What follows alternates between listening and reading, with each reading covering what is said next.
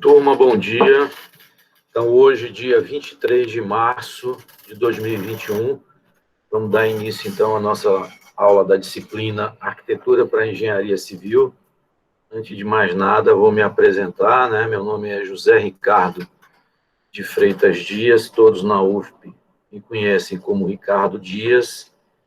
Eu estou na casa há bastante tempo, né? Ministrando essa disciplina, eu acho que tem mais de 10 anos, né? Eu acho que uns 14 anos, mais ou menos, né? Eu estou na UFP, talvez, na quantidade de tempo que vocês têm de vida, né? Eu entrei na UFP em 1996, né? Para ser o primeiro professor de projeto de arquitetura, né? Então, praticamente todos os alunos lá do curso de arquitetura, né, me conhecem, foram meus alunos em várias disciplinas. Na engenharia civil, né, eu ministro esta disciplina, mas em instituições privadas eu também ministro disciplinas para engenharia, né? Logística empresarial, engenharia de tráfego, disciplinas com um nome semelhante a esse, né, com esse objetivo também de dar essa noção inicial de projeto para os engenheiros civis, tá? Então, a minha forma, com relação à minha formação, né, eu sou arquiteto e urbanista, mas também tenho a formação em direito, né? Eu sou arquiteto urbanista, mestre em desenvolvimento urbano, tenho um doutorado incompleto também em desenvolvimento urbano, né? E aí, por conta dessa formação, né, em desenvolvimento urbano, isso me habilita a ministrar algumas disciplinas, né, como tráfego, como ambiental, na área de meio ambiente, né? Dou aula para o direito também, né, em direito ambiental, tá? Então, vamos dizer assim, eu passo um pouquinho aí pela arquitetura, pela engenharia, né, pelo direito, né? Só a título aí de curiosidade, eu tenho filho também, engenheiro civil, né? Já aí, formado aí há uns 3 anos, né? Tem um colega de vocês aí da UFP, né, fazendo engenharia mecânica, né? Ele, acho que alguns até conhecem o Felipe, né? Ele me disse que alguns colegas dele estavam precisando pagar essa disciplina, né? Porque estavam precisando se formar e estava havendo uma retenção, né? Porque a disciplina não tinha sido ofertada no semestre passado. Não foi porque eu não quis, é porque todas as disciplinas, né, práticas, né, por força dos laboratórios, elas estavam sem ser ministradas. Então, esse semestre a gente não teve jeito, a gente vai ter que fazer aí, né, vamos ser adaptáveis, né, vamos tentar em casa, né, vocês suprirem essa impossibilidade de usar uma prancheta, usar uma régua paralela, né? A gente vai ministrar todos os conteúdos, mas nem todos vão ter esse suporte da prancheta, né? Porque a primeira parte da nossa disciplina, né, ela era para ser feita à mão, tá?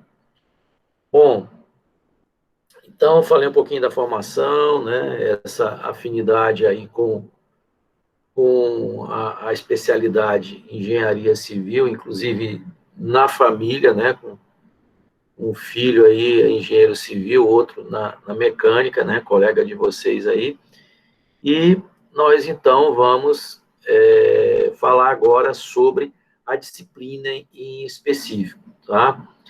Bom, a disciplina, como vocês sabem, é uma disciplina de 60 horas, né? Era para ser ministrada aí em 15 encontros, né? Porque a aula tem, né, uma duração de 4 horas. Quando a gente estiver tratando de conteúdo, né, teórico, não dá para a gente passar 4 horas, né,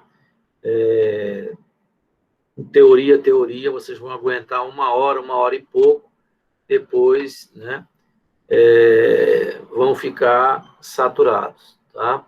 Então, a gente vai ter, quando tivermos aulas teóricas aí, dois tempos, no máximo 3 tempos, né, aí de teoria, tá?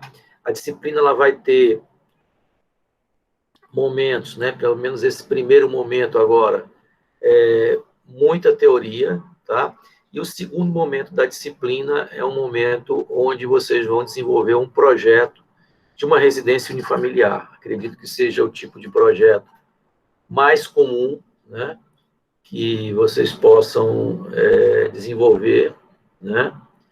E já que a gente falou dessa coisa de desenvolvimento de projeto arquitetônico, né?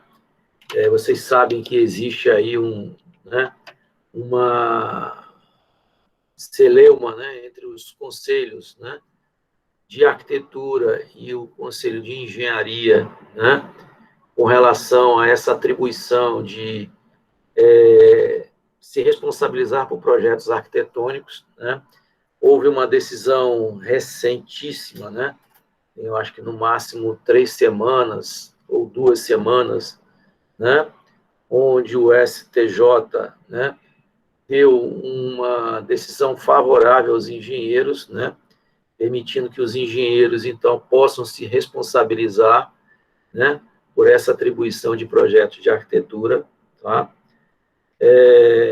Não tem, de minha parte, nenhum tipo de ranço, tem, né, uma relação muito boa com o Conselho de Engenharia, né, onde tive a oportunidade de ser conselheiro, né, lá do CREA durante muito tempo. Então, até 2010, nós não tínhamos um conselho próprio, né? O nosso conselho de arquitetura, ele é um conselho que nasce a partir de 2011, né?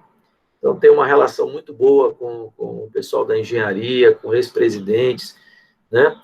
Fiz parte daquela casa, como eu disse, né, durante aí pelo menos uns 10 a 12 anos, né, fazendo parte da Câmara de Arquitetura, né? Então, é uma questão de conversa, né, delimitar aquelas atribuições que são privativas, ou seja, exclusivas de cada especialidade, e vão ter algumas ali que vão ter sombreamentos, né? A gente chama de sombreamento quando você tem uma especialidade podendo atuar dentro, né, da outra especialidade. Por exemplo, os arquitetos, eles, por terem, né, disciplinas de elétrica lá no seu currículo, né, eles podem, né, assinar projetos em baixa tensão, tá? E aí, por conta disso, existe também uma celeuma lá com relação ao pessoal da elétrica, né? E os arquitetos podem assinar, por exemplo, projetos de paisagismo, né? E aí tem um curso específico de paisagismo, né, que o cara estuda 3, 4 anos, né, somente aquelas disciplinas ligadas à temática da paisagem, e lá no curso de arquitetura a gente tem, né, 3 disciplinas que tratam de paisagismo também. E aí isso habilita, né, o arquiteto e o urbanista também a assinar. Então, essa coisa desse sombreamento, né, vai existir entre diversas especialidades, né? Seja arquitetura, seja civil, seja elétrica, acredito que também tenham, né, algumas atribuições entre o engenheiro civil e o engenheiro eletricista, né, que sejam aí conflitantes, tá? Mas sem nenhum ranço aí, né, com relação a cada um das especialidades, como eu disse, tá? Bom, o que a gente vê na disciplina de arquitetura para engenharia civil, né? Temos uma carga horária relativamente pequena, tá? O que a gente vê em arquitetura para engenharia civil seria mais ou menos equivalente à disciplina de projeto de arquitetura 1, né? Lá no curso de arquitetura nós temos 7 projetos, né?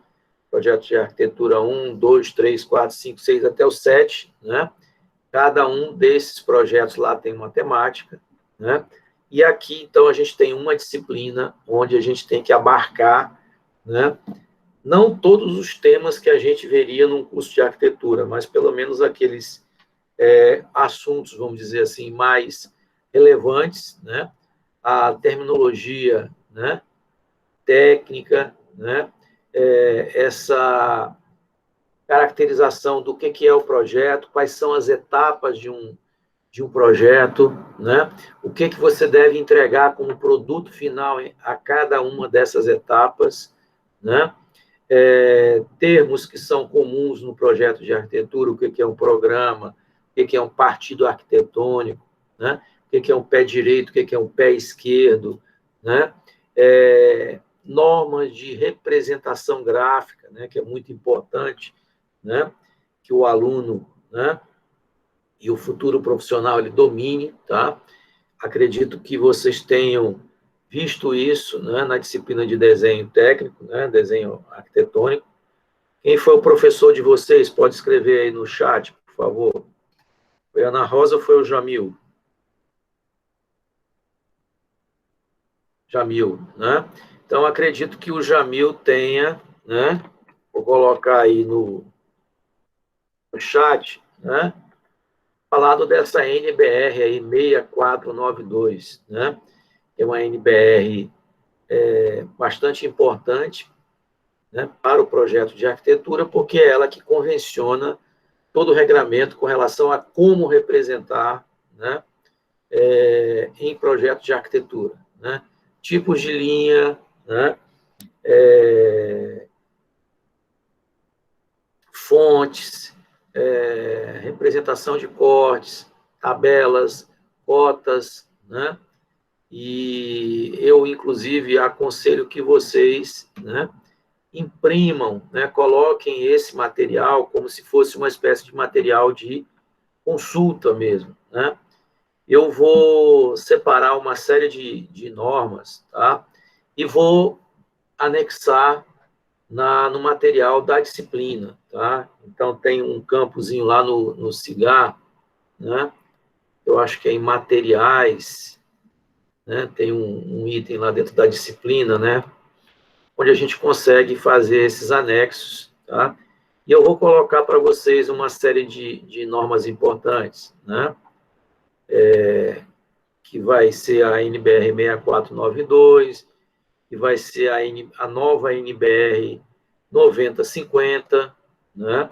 Que é a norma de acessibilidade, que é bastante importante, né? Todo projeto que vocês forem desenvolver, tá? Vocês vão ter que atestar lá no ART, né? Então, lá no sistema ConfECREAS, tá? O documento que formaliza a responsabilidade técnica, né, do engenheiro é a ART. O que significa essa siglazinha ART? Anotação de responsabilidade técnica. É ela que cria, né, aqueles limites da sua responsabilidade. Então, você está, né, envolvido numa determinada obra, tá? E você tem que ter um limite, até onde vai a sua responsabilidade. A minha responsabilidade seria com relação ao projeto arquitetônico. Então, você vai descrever lá na ART, né, que a sua atuação naquela obra seria a elaboração do projeto arquitetônico. Mas a sua atuação pode ser também, né, o desenvolvimento do projeto estrutural, né? Pode ser a execução da obra, pode ser somente a fiscalização, pode ser a elaboração do projeto hidrossanitário, né? Então, é exatamente este documento, a anotação de responsabilidade técnica, que delimita, né, o que cada profissional, né, tem como atuação dentro daquela obra, tá? Num possível sinistro, né, que possa ocorrer com aquela obra, tá? A apuração de responsabilidade vai ocorrer dentro desse limite estabelecido pela, né, anotação de responsabilidade técnica, né? Eu acredito que vocês já tenham ouvido falar num acidente que ocorreu, né, lá no Rio de Janeiro com o Palace 2, né? Alguém já ouviu falar desse problema que houve lá numas torres, né, residenciais lá na Barra da Tijuca, né? Eu esqueci de comentar, eu não sou piauiense, né? Eu sou Niterói, Rio de Janeiro, né? Vim para cá para fazer um projeto, acabei ficando, bebi a água do, do Poti aí do Parnaíba, nunca mais fui embora, né? Já perdi, inclusive, o sotaque, né? E hoje vamos dizer assim, eu moro mais em solo piauiense do que eu morei, né, no Rio, né? Eu saí do Rio com 20 e poucos anos, né, formado, com uma semana de formado, apareceu um projeto para fazer de uma indústria aqui e eu não contei conversa, né? Bom, essa história do Palace 2 foi o seguinte, existia um empreendedor chamado Sérgio Naia, engenheiro civil, né? E esse cara deu um golpe, né, num monte de gente, né? A Barra da Tijuca é um bairro, né, que fica, ele pega, né, entre Jacarepaguá, que seria mais no meio do município, até, né, o litoral do Oceano Atlântico, né, porque no Rio a gente tem litoral de Bahia, né, e aí nós temos alguns bairros na Baía de Guanabara, Botafogo, Flamengo, né, ali a parte da Glória, né, e temos as praias de Bahia, a Barra da Tijuca, ela pega, desculpe, praia de Oceano, ela pega na praia de Oceano, tá? Então, a Barra da Tijuca, ela tem uma conformação bem diferente dos bairros mais antigos, onde você tem grandes torres isoladas, né, em grandes terrenos, torres bastante altas, diferente do que você tem, por exemplo, em bairros como Botafogo, Flamengo, que são bairros antigos, e os edifícios eles são todos geminados, colados uns nos outros, tá? Então, a ocupação da Barra da Tijuca ela ocorreu numa determinada época, década de 70, né? Final de 60, 70, né? E, para vocês terem uma ideia, assim, uma analogia, se parece muito com aqueles empreendimentos tipo Vila Mediterrâneo que tem ali aqui na Raul Lopes, né? Então, são grandes torres, você tem uma área de lazer bem grande, e o empreendimento Palace, né? Tinha o empreendimento Palace 1 e Palace 2, né? Esse empreendimento Palace foi feito por esse camarada, esse Sérgio Naia, e, se não me engano, eu acho que ele era baiano, mas ele estava erradicado lá no Rio de Janeiro, né? E ele fez, né, uma série de torres, tá? E uma dessas torres, ela caiu, né? Vocês sabem que um imóvel é um bem que a gente não compra muitos, dependendo da tua classe, né? Não são muitos imóveis que você compra ao longo da sua vida, tá? Então, ali é sonho de muita gente, né? Comprar um imóvel daquele, e o camarada, ele desdenhou de todo mundo, né? Ele construiu essas torres com material de péssima qualidade, a areia era retirada da praia, né? E houve uma série de problemas, né, de execução, de qualidade dos materiais, tá? E no auge da crise, todo mundo sem, além de ter tido mortes, né, ele desdenhou de uma série de proprietários, né? E, inclusive, no auge da crise, ele estava nos Estados Unidos, né? Apareceu um vídeo dele no Fantástico, né? O Fantástico gosta de fazer aquele sensacionalismo, né? Ele lá num tremendo Réveillon, num hotel chique lá, não lembro qual era a cidade, né? Passando a mão, desculpe as meninas aí, a mão na bunda da secretária, tomando champanhe Chandon lá e tirando onda, né? E eu sei que ele causou uma indignação generalizada na época, né? De toda a sociedade, né? E eu sei que, para resumir um pouco a história, é que num caso como esse, né, a apuração de responsabilidade ela deve se limitar àquilo que você se responsabilizou. Então, tem gente que se responsabilizou aí nessa história pelo cálculo, tem gente que se responsabilizou pela execução, tem gente que está ali se responsabilizando só por conta do concreto, né? Outro da fiscalização, né?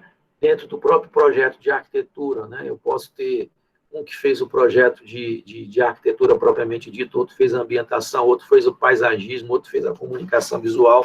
Então, é importante que nessa apuração de responsabilidade, né, que essa responsabilidade ela seja imputada àquilo que você se responsabilizou lá no documento específico que é a ART, né?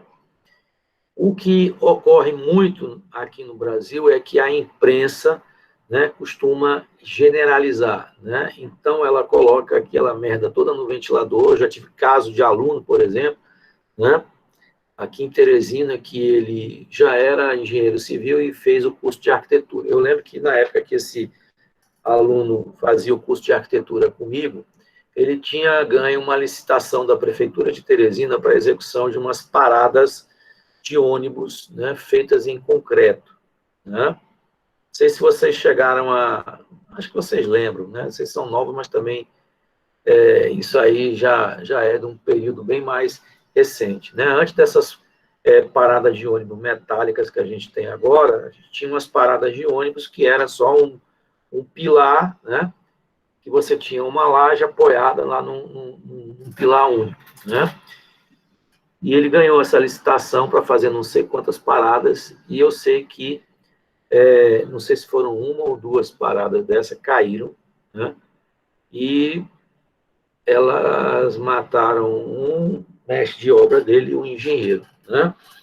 E eu sei que foi movida uma ação, né? Onde esse ex-aluno meu foi condenado, né? Solidariamente com a prefeitura, tá? E aí foi se fazer na defesa dele, foi se fazer a perícia, né?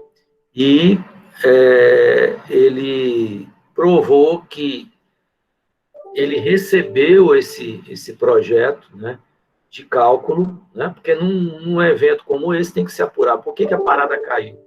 Foi má execução? Foi o erro aí no controle tecnológico do concreto, né? Foi problema do cálculo, tá? Então tem três possibilidades, porque ele não fez o cálculo, né? Ele recebeu esse projeto, né, na licitação, né? Então tem que se apurar. E aí na perícia foi constatado que, né, o problema era do cálculo, né? O cálculo tinha problema, tá? Mas até você provar, pessoal, né, dependendo de como isso é colocado para a mídia, né, é muito complicado, tá? A gente demora um tempão para construir um nome, né? Vocês vão ver que o começo ele né, para uns, né, vai ser mais fácil, para outros nem tanto, né?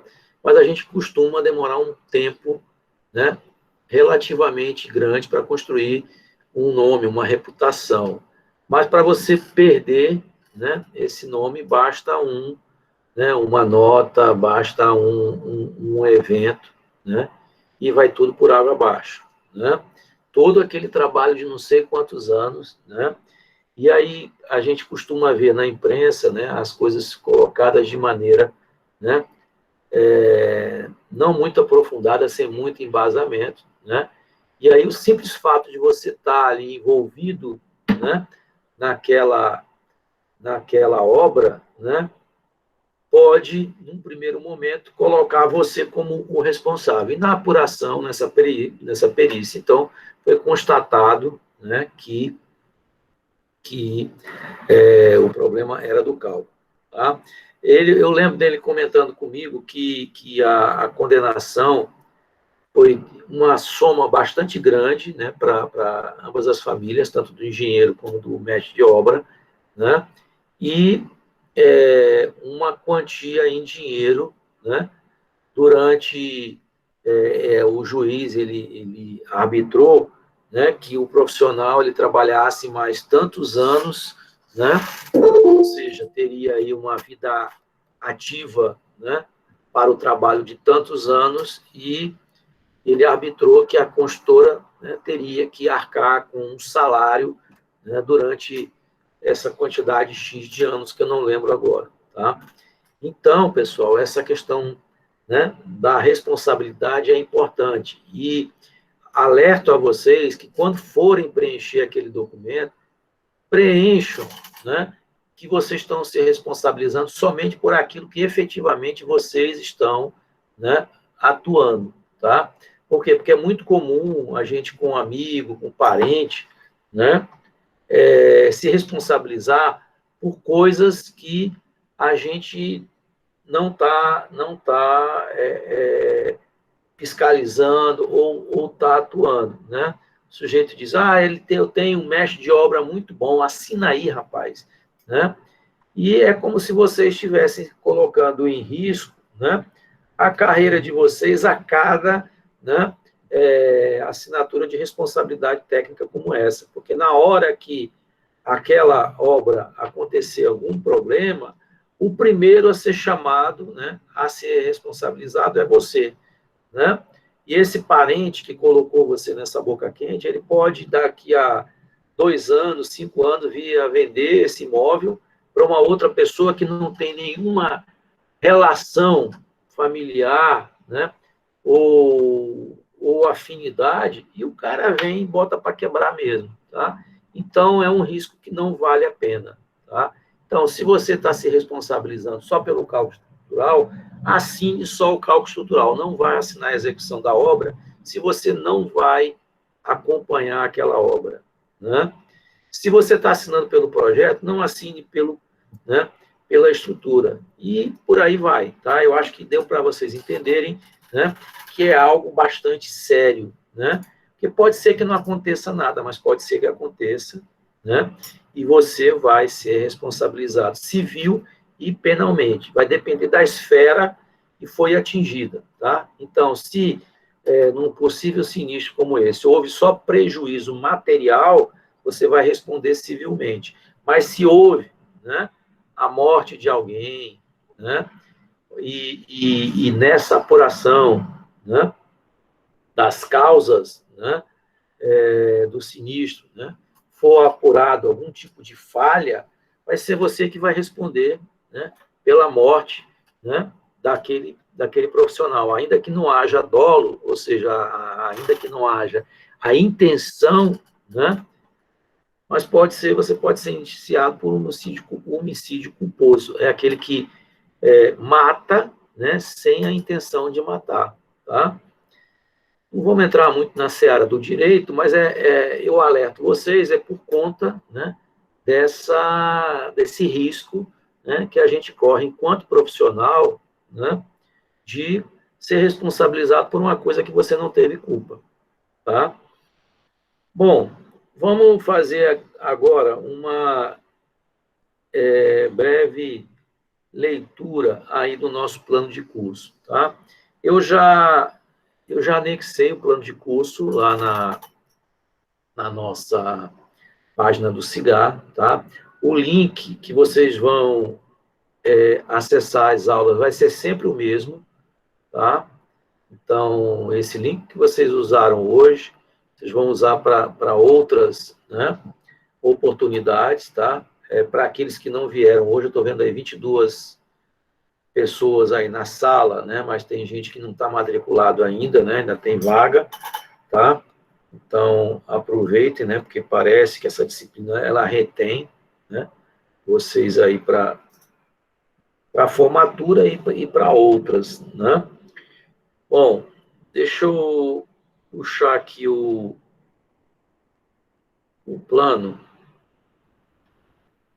Bom, a nossa disciplina, pessoal, ela vai ser dividida aí, né, em 4 unidades, tá?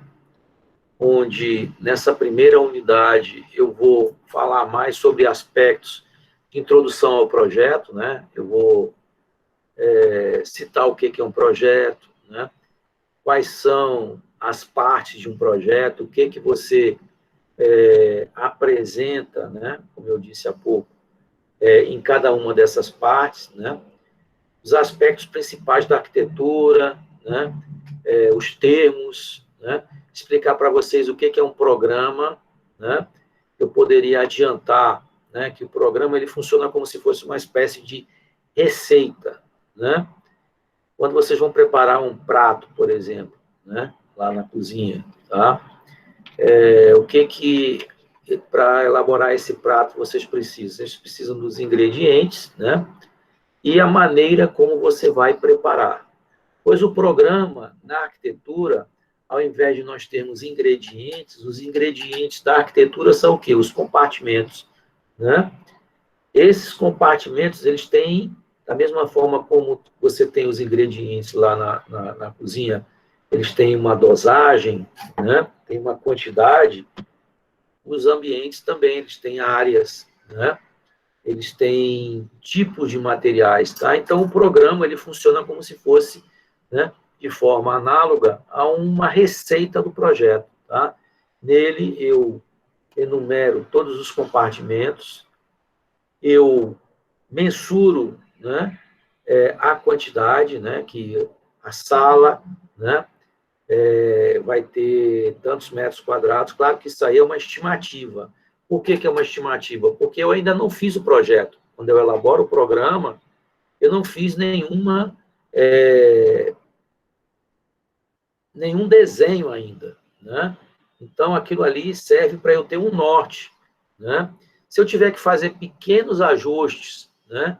Quando eu estiver fazendo a preparação da parte gráfica, não tem importância. Claro que eu não posso sair, por exemplo, de uma sala que tem 40 metros quadrados lá para uma sala de 80, né?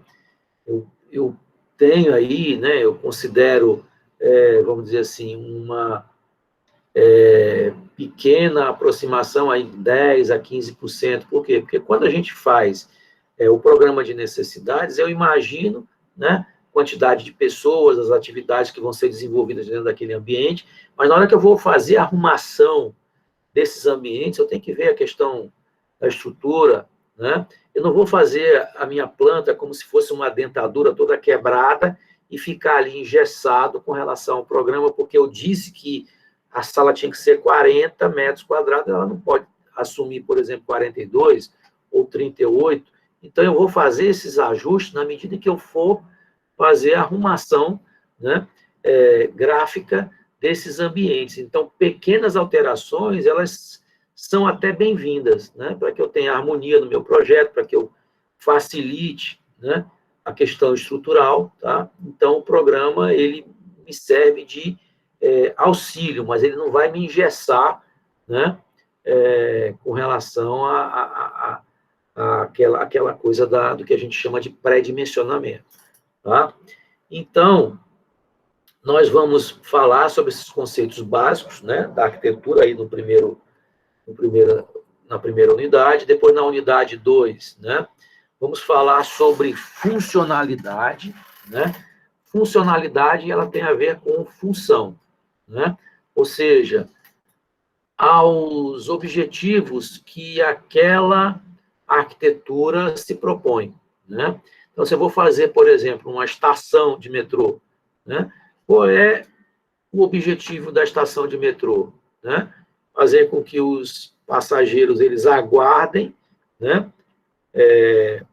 Como é que a gente chama lá o trem, né? O trem não tem um nomezinho que eu não estou lembrando agora, né? Mas tem passageiro que aguarda, né? Chegar lá o metrô, tem passageiro que desce, então esse espaço ele tem que abrigar tantas pessoas que aguardam e as que descem, né? Eu não posso ter conflito de fluxo, porque senão ninguém vai se entender, né? A minha estação ela tem que ser nivelada, né, com o metrô, então tem uma série de requisitos, né, que precisam ser atendidos, e eu digo que quando esses requisitos eles são atendidos, eu atendo à função, ou seja, à finalidade, tá? Então, na unidade 2, a gente vai tratar exatamente dessas questões, e na unidade 3, nós vamos tratar de forma, função, técnica e meio físico, que são 4 coisas, né, que estão intimamente relacionadas. Por quê? Porque a arquitetura ela tem que atender, né, ao local onde ela vai estar inserida. Ela não pode ser um disco voador, né, um alien que chega e se, né, estabelece em determinado local. Ela precisa conversar com o entorno, ou seja, aquilo que está ali ao redor, né? Tem a questão, né, climática, né? Uma arquitetura que eu faço, por exemplo, para Teresina, não é igual a uma arquitetura que eu faço para Porto Alegre, né? Então, a gente precisa ter aqui um cuidado muito grande com relação à implantação do edifício, né? Saber explorar essa questão né, do sol, né? Nós temos diversos momentos no ano onde essa posição relativa, né, do sol e a respectiva insolação nas fachadas, ela muda, né?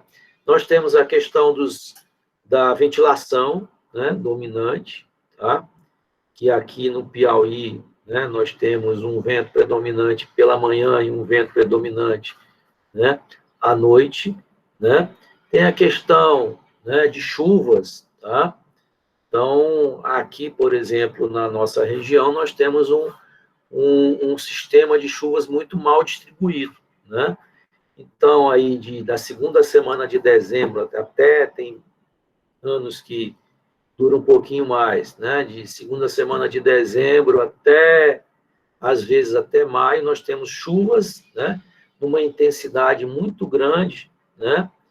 E aí essa questão de aproveitamento da água da chuva, ela fica complicada, né? Por quê? Porque a gente precisa ter reservatórios muito grandes, né?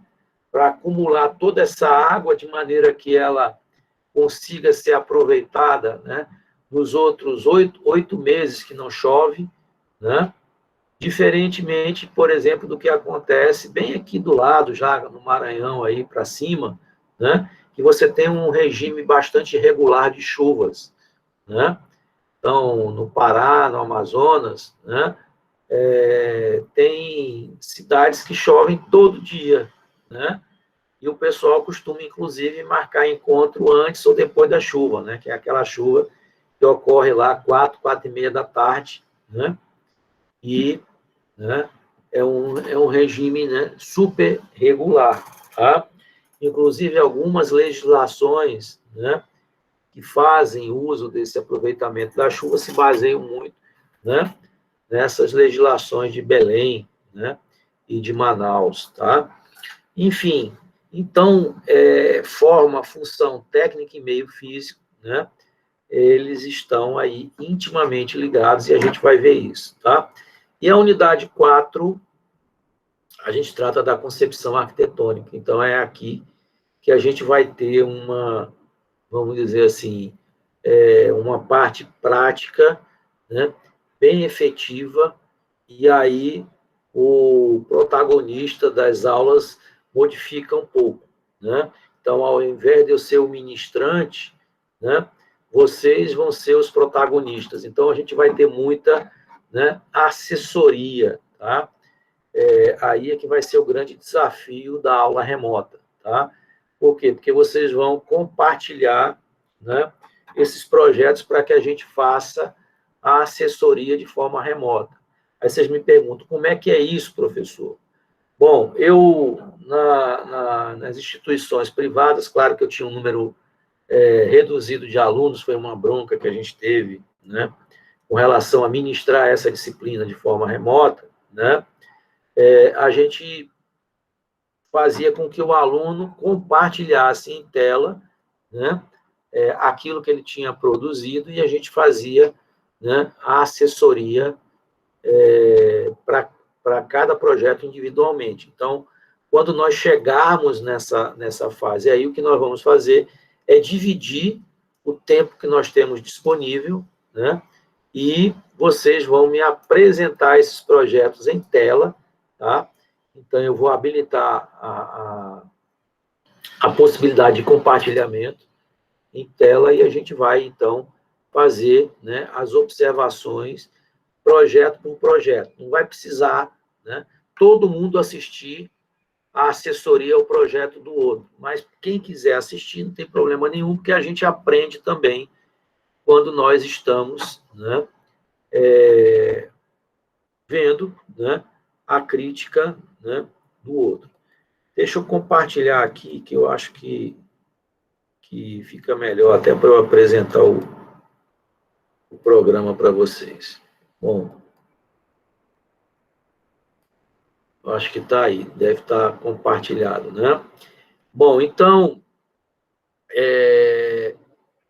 aqui está 2.1, mas na verdade é 2.2, né? E vamos ver também leitura e representação gráfica do projeto, né?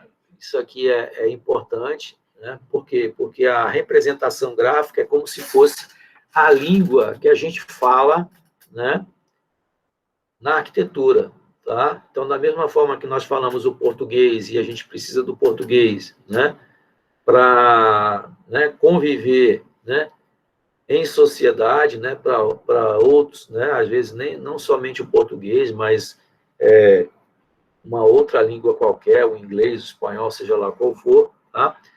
O desenho é a língua que a gente fala no projeto, tá? Então, é importante que a gente domine, né, essas convenções, tá? A NBR 6492 não é a única, né, norma importante, né? Nós temos normas específicas para cotagem, para dobragem de papel, né? Temos norma para elaborar programa, temos norma para um monte de coisa. Para vocês terem uma ideia, existem aí mais ou menos umas 800 NBRs, né, disponíveis somente na área da construção civil, né? Não é que a gente precise de tudo, mas por conta, né, por força do Código de Defesa do Consumidor, quando você elabora um projeto, é como se você estivesse vendendo, né, um produto. Da mesma forma que um fabricante ele tem, né, ali a responsabilidade, né, em se responsabilizar por aquele produto, tá?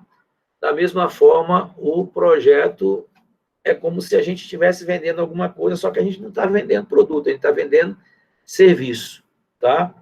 E o projeto falho, omisso, que não levou em consideração a norma, tá?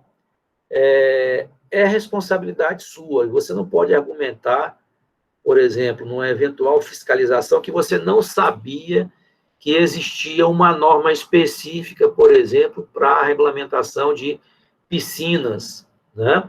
Você não pode argumentar que desconhecia que a NBR 9050, que é a norma que trata de acessibilidade, tinha lá uma dimensão mínima para box de vaso sanitário, que tinha uma distância. Então, se existe a norma, nós temos obrigação de conhecê-la, tá? Não tem esse papo, chega lá uma fiscalização do Ministério Público, né, num edifício que você projetou, né? Inclusive, no preenchimento da ART, né, tem um campozinho lá, né, que você marca um X dizendo que o projeto específico atendeu a todos os requisitos da NBR 9050. Tá?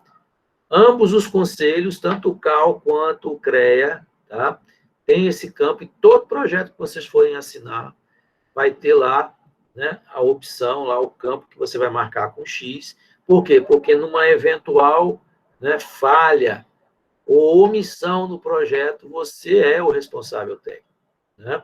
Eu já me deparei uma vez com um projeto que o cara fez uma reforma num prédio ali no centro, na Desembargador Freitas, né, onde os corredores não tinham largura suficiente, de acordo com a NBR 9050, os banheiros não tinham largura de porta que o cadeirante pudesse entrar, né, e o proprietário foi obrigado a refazer um monte de coisa, ou seja, teve um monte de retrabalho, né?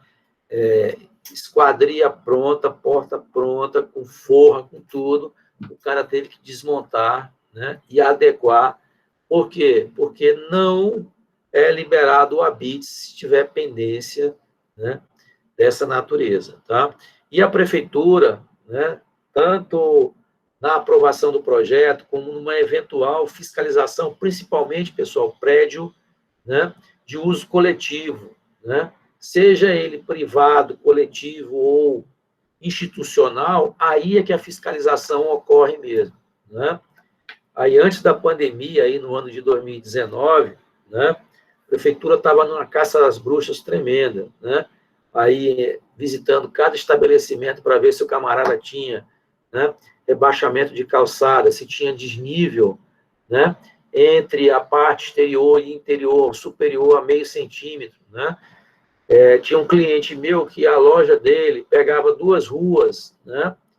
E entre a parte do fundo e a parte da frente, que dava para uma avenida, ele tinha um desnível de 1,20 m, né? E aí ele foi autuado pela prefeitura para disponibilizar, né, algum tipo de mecanismo de acessibilidade para fazer com que a loja fosse acessível, né? Se ele fosse construir uma rampa, ele ia acabar com o espaço livre da loja, ele foi obrigado a investir R$30 mil numa plataforma elevatória, tá? Que é mais ou menos aí o custo médio, né, de um dispositivo como aquele. Aí vocês me perguntam, professor, aquele cubículozinho ali de vidro que tem aquele motorzinho elétrico, ele custa tudo isso? Pessoal, custa tudo isso, né? Mas, às vezes, pela quantidade de espaço que você tem, é muito mais vantajoso você investir 30 mil, 35 mil numa plataforma como essa, do que você perder, né, o espaço físico enorme, né, do teu terreno, tá?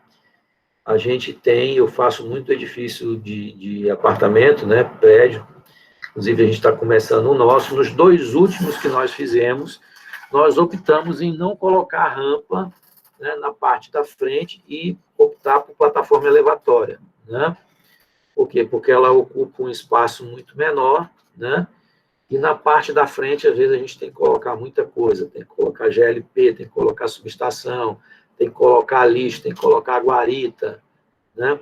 Tem que colocar os acessos, e aí o empreendedor resolveu que era mais vantajoso ele não perder essa área, né, e investir na plataforma, né, até porque, como em ambos esses prédios que eu comentei, a gente tinha subsolo, a gente não tinha muita área permeável, tá?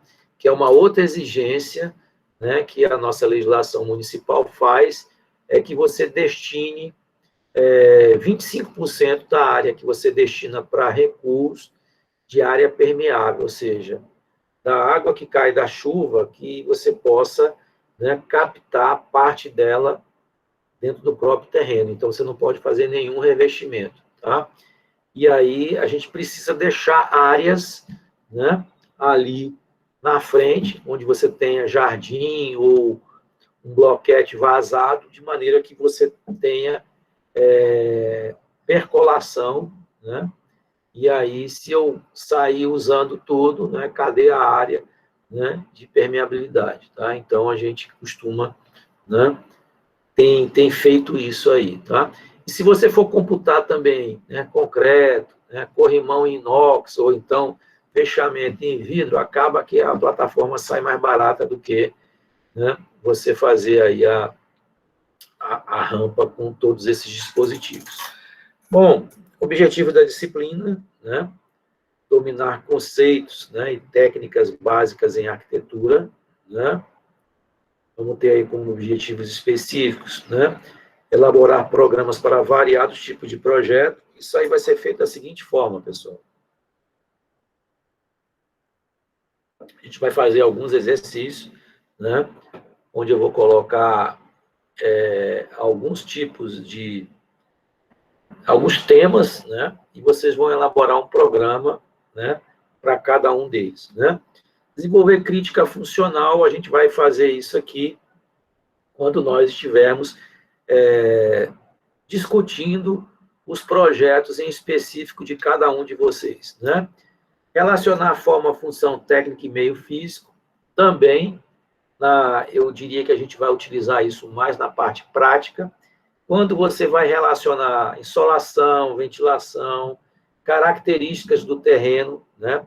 O terreno que eu vou dar para vocês fazerem a casa, ele vai ser único para todos os alunos da turma, tá? E cada terreno ele tem as suas particularidades, né? Ele tem um tipo de uso predominante, ele tem o local, né? Se eu dou, por exemplo, um terreno de esquina, ou um terreno que tenha, sei lá, 2 esquinas, você vai ter possibilidade, né, de escolher para onde você vai abrir aí os teus acessos, você vai levar em consideração o quê? Fluxo de tráfego, orientação, né, largura do acesso. Se é uma rua que passa ônibus, às vezes você tem uma particularidade, tem uma parada de ônibus na frente, tem um supermercado, tem uma escola, né? E se você tem outras opções, né, eu acho que quem tem esse problema, né, aí onde mora sabe o que eu estou falando, né? Imagine o que é você ter um colégio tipo Dom Barreto, diocesano, né, do lado da sua casa. Vai ter horas do dia que você não vai conseguir sair da sua casa com tanta, né, facilidade, né? Um supermercado do lado da sua casa, né? Se esse supermercado ele não tiver vaga suficiente, ele vai impactar, né, ali, né, a entrada e saída de veículos, tá? Então, são coisas que a gente leva em consideração quando a gente vai elaborar o projeto, né? E conceber e executar um projeto de arquitetura residencial unifamiliar, né? Conteúdo programático eu já comentei com vocês, né, que são as 4 unidades, né? Introdução ao projeto, né? As 3 primeiras a gente fala de introdução ao projeto, só que em cada uma delas, né, a gente vai ter aí uma, vamos dizer assim, uma temática distinta, né? Então, a gente começa com essa parte mais elementar, né? Depois vai engrossando o caldo até chegar aí à forma, função técnica e meio físico, que é quando a gente está quase iniciando a prática, né, de concepção arquitetônica. O que eu chamo de concepção arquitetônica? É quando vocês vão estar fazendo, né, um projeto de uma residência unifamiliar, né, onde eu vou dar o programa mínimo obrigatório. Professor, o que é esse programa mínimo obrigatório? Bom, o programa mínimo obrigatório são aqueles itens que o seu projeto precisa ter, tá? Então, eu vou dar o terreno, né, único, né, para toda a turma, tá? Nós não vamos ter visita, até porque estão proibidas essas atividades, né, presenciais, tá? Então, cada um, se achar necessário, eu sempre faço isso. Eu vou ao local, dou uma olhada, pode ir de carro, vai sozinho, né? Eu vou dar todo o endereço, né? Vai ser uma foto do Google Earth, né? E vocês vão lá no horário que vocês acharem mais conveniente, tá? Eu acho super importante, tá? Quando a gente vai desenvolver um projeto, que a gente visite o local, porque numa planta, numa foto, né, a gente não consegue detectar aquela ambiência, né, ali daquele espaço, tá? Então, tem coisas que a gente só percebe quando a gente está mesmo no local, tá? Nossas aulas vão acontecer, né, de 8 às 12, né, quando nós tivermos atividades teóricas e práticas, tá? Como eu disse a vocês, a gente não aguenta passar 4 horas, né, de teoria, vocês não assimilam, tá? A metodologia, a gente vai ter, né, nessa parte prática, né, essa exposição mesmo de forma remota, tá? Todas as aulas, elas são gravadas, que a gente sabe, né, das dificuldades que a gente tem, né, todo mundo que tem uma boa conexão de internet, né, na hora da aula, né, falhou alguma coisa, então essas aulas, elas são gravadas, né, e eu costumo postá-las no YouTube, tá? E eu coloco o link da aula lá, correspondendo às aulas que vocês vão, né, ter aí ao longo. Então, aula 1, tá? Não vai ser de imediato, a aula acabou aqui, eu não vou postar logo hoje, tá? amanhã ou depois, tá? Então, vai estar lá o linkzinho. Então, quem não puder, quem não pôde assistir, né, pega lá a gravação, né, e revê aí, tá certo? Então, vamos ter essa exposição oral, né, o data show aqui, né, vai ser substituído pela minha tela aqui, né? Visita a obra em andamento, isso aqui é em condições normais, né? Não vamos ter condição de visitar nada de obra, tá? Vamos fazer exercícios práticos gradativos, né? Com acompanhamento do professor, principalmente nessa parte inicial, né? Trabalho final em nível de projeto executivo de arquitetura, que eu vou explicar depois o que é um projeto executivo, né? A gente vai ter aula específica quando a gente vai tratar, né, sobre as diversas fases de um projeto, né? Começa lá no levantamento de dados, vai para o estudo preliminar, o anteprojeto, para o projeto legal, para o projeto executivo. Aí o projeto executivo ele se desdobra, né, em outras 4 partes. Tá? Vamos ver isso aí de forma bem detalhada, uma aula específica, não vai ser nada corrido. Né?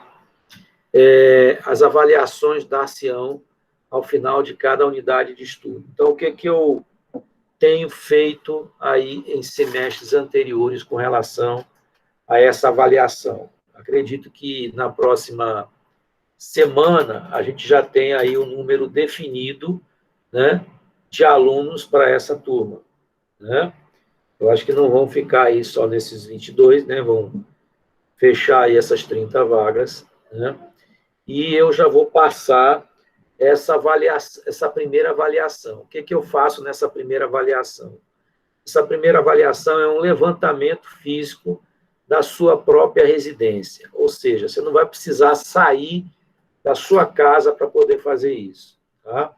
É um levantamento que vocês vão fazer da planta baixa. Eu não vou pedir corte, fachada, cobertura. Tá? Então, se você mora num apartamento, você vai fazer a planta baixa do seu apartamento, tá? Com o mobiliário mais geral inserido nele. Tá? A questão de escalas, norma de apresentação, eu vou colocar tudo direitinho para vocês, eu vou explicar na próxima aula. Eu prefiro não fazer isso hoje. Tá? Então, o que vocês precisam para fazer isso? Quando nós estávamos em aulas presenciais, né, o pessoal usava a prancheta lá da faculdade. Tá? Agora, né, vocês não têm prancheta. Tá? Mas acredito que o professor Jamil tem ensinado vocês, né, a utilizar os esquadros como se fossem os 2 esquadros, o de 45 e o 30-60, como se fosse uma régua paralela. Né? Sim ou não? Ele ensinou a vocês a traçar paralelas? Ótimo. Tá? Natália já respondeu aí. Tá? Então, vocês vão usar, né, os 2 esquadros como se fossem, né, né, uma régua paralela. Tá? Porque não tem como, né, a gente ter aula presencial, né, enquanto não tiver vacina, né, eu acredito que isso aí não seja liberado. Tá? Eu ouvi dizer que alguns laboratórios, né, eu acho que, por exemplo, para quem quiser, agora isso é uma coisa que vocês têm que fazer a consulta direto para a coordenação. Por exemplo, se você quiser ir lá sozinho e usar a prancheta, se existe algum tipo de restrição, eu não sei informar isso para vocês, tá? Então, pergunte lá ao coordenador lá da Civil, né, se é possível. Quem não quiser fazer em casa, não tem problema, tá? Eu vou, inclusive, para quem já está dominando o CAD, tá? Isso não era de outros períodos, né? Eu aceito também no CAD, tá? Em períodos anteriores, era sempre feito, né, na mão. Quem já tiver domínio, tá? Aí pleno, pode fazer no CAD, viu? Que a gente sabe, a gente tem que flexibilizar, né, por conta do período que a gente está vivendo, tá? Quem não tiver ainda 100%, né, eu acho, inclusive, que é uma forma até de vocês ganharem, né, uma certa agilidade, né? Como vocês vão ter aí um mês para fazer isso, tá? Se vocês olharem lá no plano de curso, eu marquei essa entrega lá para início de maio, se eu não me engano, né? Eu acho que foi, hoje é 22, eu acho que eu marquei lá para o início de maio, né? Então, vocês vão ter tempo suficiente. Então, é uma oportunidade também, né, para ganhar, né, velocidade, né, aí no CAD, né, porque muita gente pagou a disciplina, né, ainda não tem uma certa, né, prática, e é uma oportunidade de vocês treinarem, tá? E pode até começar, tá? Independente de eu não ter passado ainda os parâmetros aí da avaliação, que são 3 coisas que eu peço, né? A planta baixa, o levantamento de imobiliário, representado, né, de uma certa forma, tá? Mas na próxima aula eu vou trazer isso tudo explicadinho aí para vocês, tá? Então, voltando aqui à parte do plano, né, das avaliações, tá? Então, com relação à avaliação, essa primeira vai ser esse levantamento, e a segunda e terceira avaliação, ela é dada em função do projeto da casa, tá? Então, vai ser uma casa que vai ter uma área de 250 metros, até 250 metros quadrados, tá? Com possibilidade de exceder aí 10%, ou seja, você pode chegar até 275 metros quadrados, tá? E vamos ter aí o tempo aí bem elástico, tá? Isso aí, vocês vão entregar aí a última etapa dessa casa lá para o final do período. Não sei se vocês já viram o calendário acadêmico, né? Nossas aulas estão terminando em julho, né? O final do período, se eu não me engano, está terminando lá, né, em 20 de julho, mas nós não vamos chegar a isso, não, aqui nessa disciplina, né, nós vamos terminar isso bem antes, tá? Deixa eu ver aqui no meu calendário aqui, a última aula aqui está no dia 20 de julho, tá? Mas eu coloquei, deixa eu ver aqui, eu coloquei a avaliação de vocês, deixa eu ver aqui,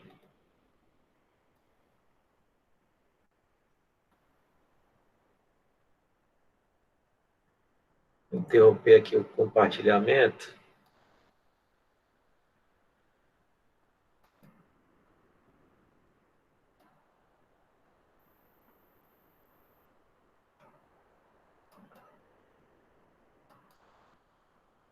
Acho que apareceu foi a tela aí, não foi o...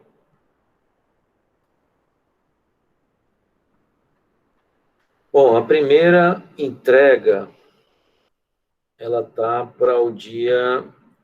final de abril, 27/4, 27 de abril, tá? E a entrega lá da casa, a primeira, 29 de junho e 6/7. Quer dizer, a gente tem aí, né, um prazo bastante elástico, né, aí para entregarmos aí esse projeto. Esse projeto é um projeto que a gente vai fazer a 4 mãos, né? Então, o que vai acontecer? Eu vou passar o programa, né? Aí vocês vão demorar até vocês chegarem a um consenso, né? Ali em termos de planta, a gente demora um pouquinho, né? Porque para muitos vai ser a primeira vez que vão fazer um projeto de uma casa, né? Esse projeto vai ser apresentado, eu vou fazer algumas sugestões, você mexe nele, né? Aí me apresenta na aula seguinte, tá? Então, essa parte da planta, né, ela demora um pouquinho, tá? Depois que a planta está, né, ali consolidada, aí você vai fazer as consequências, cortes, fachadas, né, cobertura, tá? Então, na primeira avaliação que vocês vão fazer, o levantamento da residência, eu vou trabalhar somente planta baixa, tá? No projeto da casa, vocês vão fazer um projeto completo, tá? Planta de situação, planta de locação, planta baixa, corte, fachada, cobertura, né? Bom, não sei se está compartilhado aí, eu acho que não, né? Deixa eu pegar aqui, continuar aqui compartilhando aqui o plano.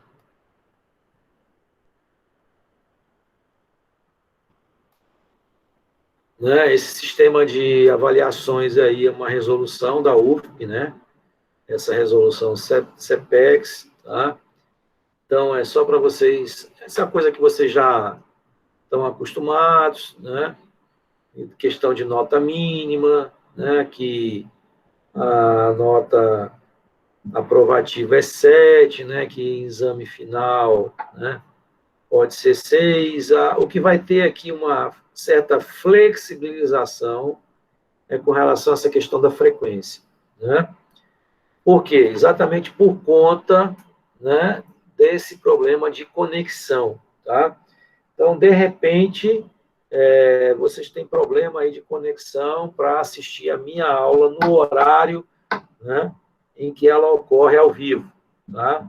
E você vai assistir, então, a reprise através da aula gravada. Então, para eu, né, fazer esse controle aí, vai ficar um pouco complicado, então eu não vou, né, ser muito rígido com relação a esta parte aqui né, da frequência, tá? Aqui nós temos, né, questão da aprovação, que eu já falei, né? Então, considerar-se reprovado, né, o aluno que tiver frequência inferior a 75%, isso aqui vai ser flexibilizado, obtiver média aritmética inferior a 4 nas provas parciais, né? Então, para aqueles que assistem a aula, pessoal, que tiverem as assessorias, né, regularmente, né, ou seja, a gente exige que o aluno apresente para o professor pelo menos 3 vezes aquele projeto, tá? Ou seja, você me mostrou pelo menos 3 vezes, tá? É muito difícil você não chegar lá e não conseguir ser aprovado, tá? Mas acontece também daquele aluno que some, né? E aí, na hora da entrega, aparece com um projeto lindo, maravilhoso, né? E que não tem erro nenhum, tá? Infelizmente, esse projeto ele não vai poder ser aceito, tá? Eu gosto de colocar, né, as regras bem claras, tá? Então, eu já tenho bastante tempo de experiência, não é duvidando da capacidade de ninguém, tá? Então, de repente, a gente tem alguns prodígios na sala mesmo, o cara tem uma familiaridade com o projeto, mas é muito difícil, né? Uma pessoa que não tem vivência nenhuma de projeto, no primeiro projeto que ele vai fazer, não tem absolutamente nenhum problema. Vem aquela coisa profissional, tá? Não é duvidando da capacidade, mas a gente vai fazer essa exigência que você tenha, no mínimo, 3 assessorias, ou seja, que eu acompanhe a evolução, o desenvolvimento daquele projeto, tá? Então, não vai ter problema nenhum, mas aquele projeto que o cara paga para outro fazer, ou ele chupou, copiou o projeto de alguém, tá? Esse projeto comigo não vai colar, tá? Então, eu prefiro muito mais um projeto que você próprio faça, ainda que tenha problemas, mas foi um projeto que você fez, do que você se valer desse tipo de expediente, tá? Bom, com relação à bibliografia, a gente tem aqui alguns livros, né, que a gente recomenda. Esse livro aqui do Gildo Montenegro é um livro que eu recomendo demais para vocês, é um livro linguagem bem simples, né? Se você tiver com dúvida com relação à questão de representação de projeto de arquitetura, né? como é que faz uma cobertura, como é que passa um corte, tá? Inclusive, se você colocar no Google, né, você vai achar ele em PDF, né? Esse livro aqui do professor Elvan Silva é um livro mais metodológico, um livro que a gente vai se utilizar mais para expressões, né? O que é programa, o que é partido arquitetônico, né? Eu diria para vocês que ele está aqui como um livro base, mas ele não seria tão útil, tão prático quanto esse aqui. Tá? Esse aqui é um livro, né, bem que vocês vão usar muito. Né? Do mesmo autor, né, do Elvan Silva, Matéria, Ideia e Forma, uma definição de arquitetura, também livro metodológico. Né? Aqui, né, tem algumas NBRs, né, importantes, tá? Essa aqui da representação de projetos em arquitetura, NBR 6492, que eu falei bastante dela hoje, né? A 9077, que é de escadas e saídas de emergência. Isso aqui é um livro do Xing, é um livro que eu vou usar aí para algumas aulas práticas, aulas teóricas que eu vou dar para vocês, né? Esse da Prefeitura de Teresina, deixa eu abrir a porta aqui para alguém aí, Aziz, né? Esse livro do Xing, né? Como eu falei, é um livro que ele praticamente só tem imagem, não tem texto, tá? Essa nova legislação urbana de Teresina, isso aqui, na verdade, nós temos, né, atualizações, tá? Temos uma de 2015 e nós temos o PEDOT. Isso aqui é só uma parte, né? Não é nem tão nova assim, né? Nós temos o novo plano diretor, que entrou em vigor em outubro do ano passado e que mudou muita coisa, né? Aí com relação à questão de recuo, índice de aproveitamento e etc. Tá? Eu vou anexar muita coisa para vocês na página da disciplina, né? E esses dois aqui, últimos, né? Eles são livros também metodológicos, né? Assim como esses dois aqui, tá? Os que eu acho que vocês deveriam tentar baixar, é o do Gildo Montenegro, né? Esse PDF, essa NBR 6492, que acredito que o Jamil, né, tenha já apresentado para vocês, a 9077, e está faltando uma aqui, que é a 9050, tá? Então, essas aí eu considero, né, importantíssimas, né, para que vocês tenham aí como livro de consulta, né, tá? A 90, né, 6492, 9077 e 9050. São as três, né, importantes aí para, né, o desenvolvimento da nossa disciplina. Tá? Bom, falei para caramba, aí já estou falando já quase 1h30, né? Queria saber aí de vocês aí, quais são as expectativas aí, né, de vocês aí com relação à disciplina. Vai ser mais uma, ou vocês realmente têm interesse em aprender projeto, né? Ainda que vocês não venham trabalhar com projeto, pessoal, é importantíssimo, né, vocês dominarem esse ferramental. Por quê? Porque muitos aqui vão ser calculistas, né, muitos aqui vão ser executores de obra, tá? E a gente dominar, né, essas técnicas aí, ela vai facilitar muito, né, aí o dia a dia de vocês. E aí, quais são aí as expectativas de vocês com relação à disciplina? Uma oportunidade de se aperfeiçoar no CAD, né? Também, né? Também, né? Só que o CAD, ele é uma ferramenta, ele não é o objetivo em si, né?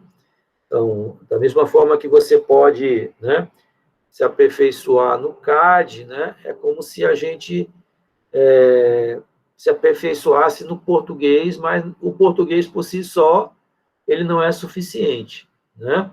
Até porque o BIM está chegando aí, né? Com força total, né? Não sei se vocês sabem, a partir deste ano, né? Toda apresentação de projetos que for ser apresentado, né? Em órgãos públicos tem que ser, né?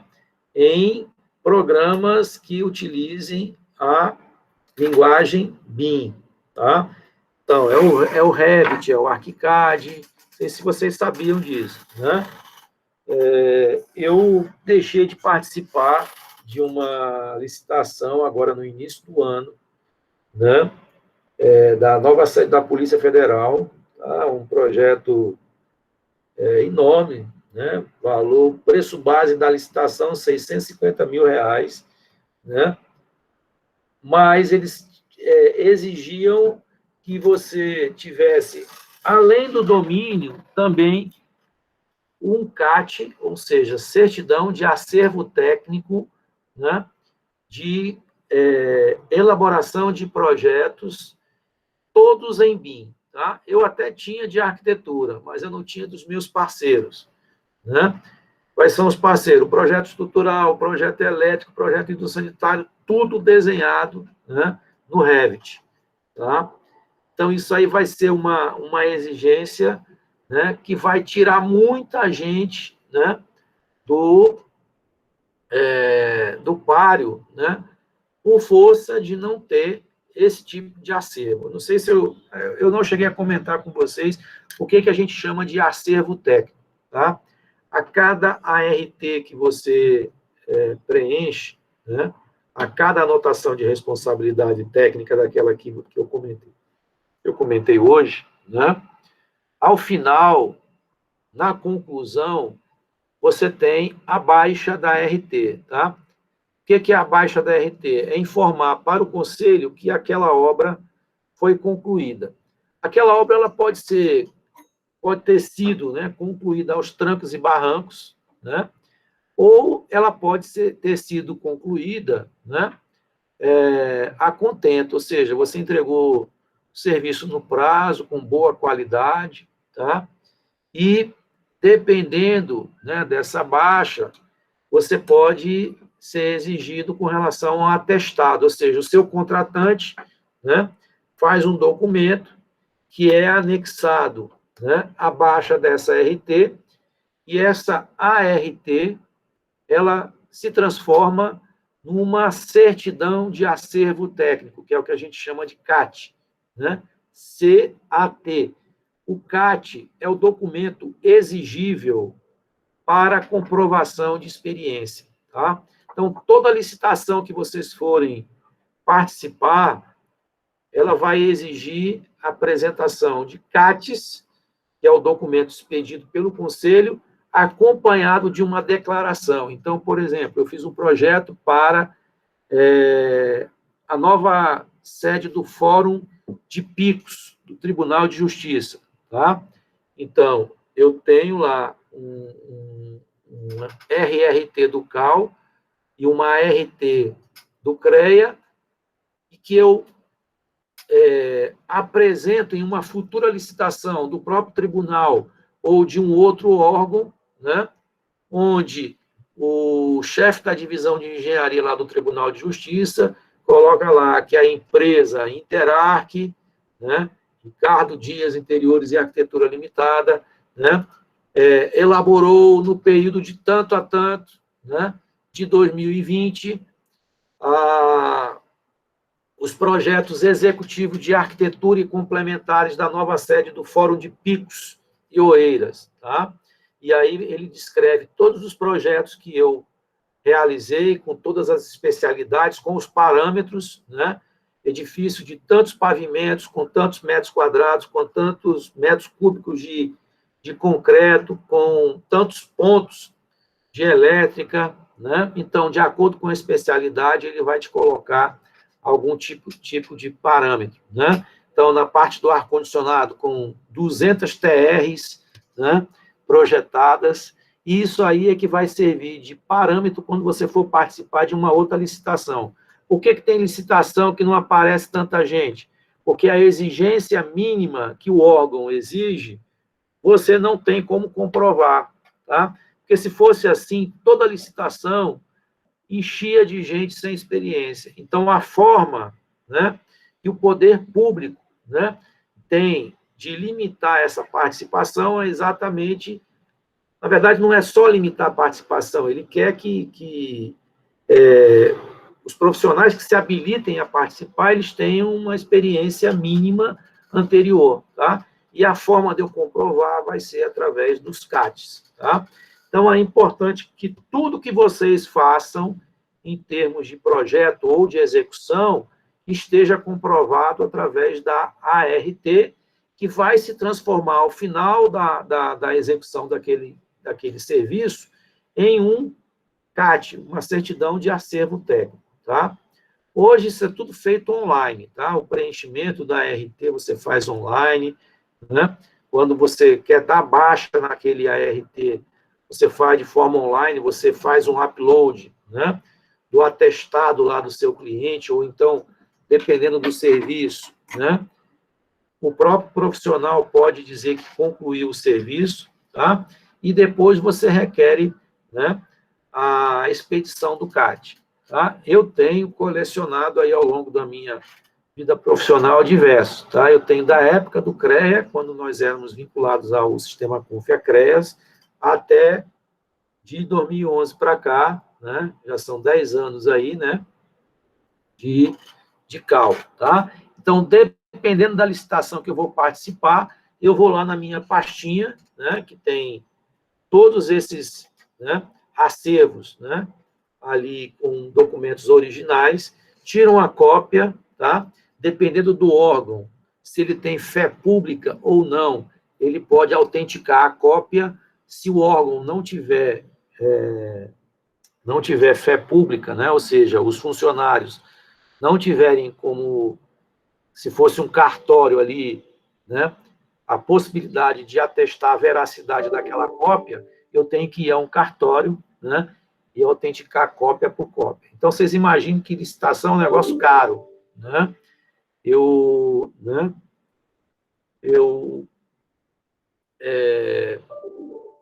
vou participar de uma licitação agora no final do mês, eu tive a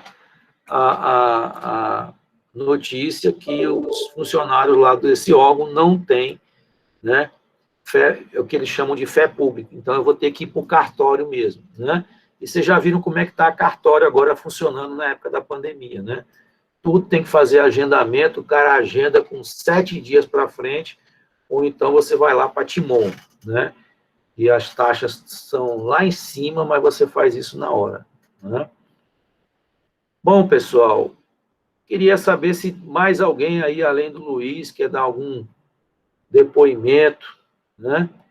Aí, com relação à expectativa.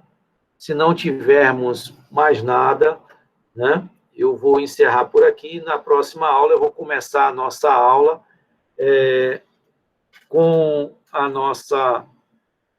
os parâmetros para a nossa primeira avaliação, e que vai ser o levantamento da sua própria residência, né? E que este semestre, né, por força aí do ensino remoto, tá, a gente vai permitir que possa ser feito em CAD. Então, se vocês quiserem já ir adiantando e medindo aí as partes aí da casa de vocês, podem começar sem problema, tá? E aí, depois, quando eu entregar, né, esses parâmetros, aí vocês só fazem o ajuste, tá certo? Ninguém quer falar mais nada? Não? Pois então, pessoal, nós vamos encerrar por aqui, tá? Então, vocês avisem aí os colegas de vocês, né, que a gente ainda tem aí algumas vagas, tá? E que na próxima aula, então, na próxima terça-feira, vocês podem utilizar aí o mesmo link que vocês usaram hoje. Professor, Oi. Inicialmente, então, você vai querer só a planta baixa, né, na primeira avaliação? Primeira avaliação só vai ser planta baixa, e eu vou pedir o levantamento de 10 itens de mobiliário, tá? Você vai pegar um sofá, vai representar ele de frente, de cima, de lado, mas é uma coisa bem simplesinha. Eu vou dar um modelo, tá? É uma coisa bem simples, tá? Mas com relação ao projeto da casa, é só a planta baixa. Com cotas e tudo, né, professor? Com cota e tudo, viu? Com cota e tudo. Você vai querer também o corte? Tipo assim, Não. Você diz a passagem do corte, a indicação da passagem do corte? isso, presa não, né? Não é necessário, não é necessário. Tá bom. Tá bom? Viu? Pois na próxima aula eu coloco tudo isso, porque ele está à mão, e aí eu não vou colocar um documento aqui à mão. Eu vou digitar e vou colocar até para que fique gravado, né? Aí na aula, para quem perder, aí está disponível. Tá bom, pessoal? Mais alguma coisa? Não? Pois então, até terça.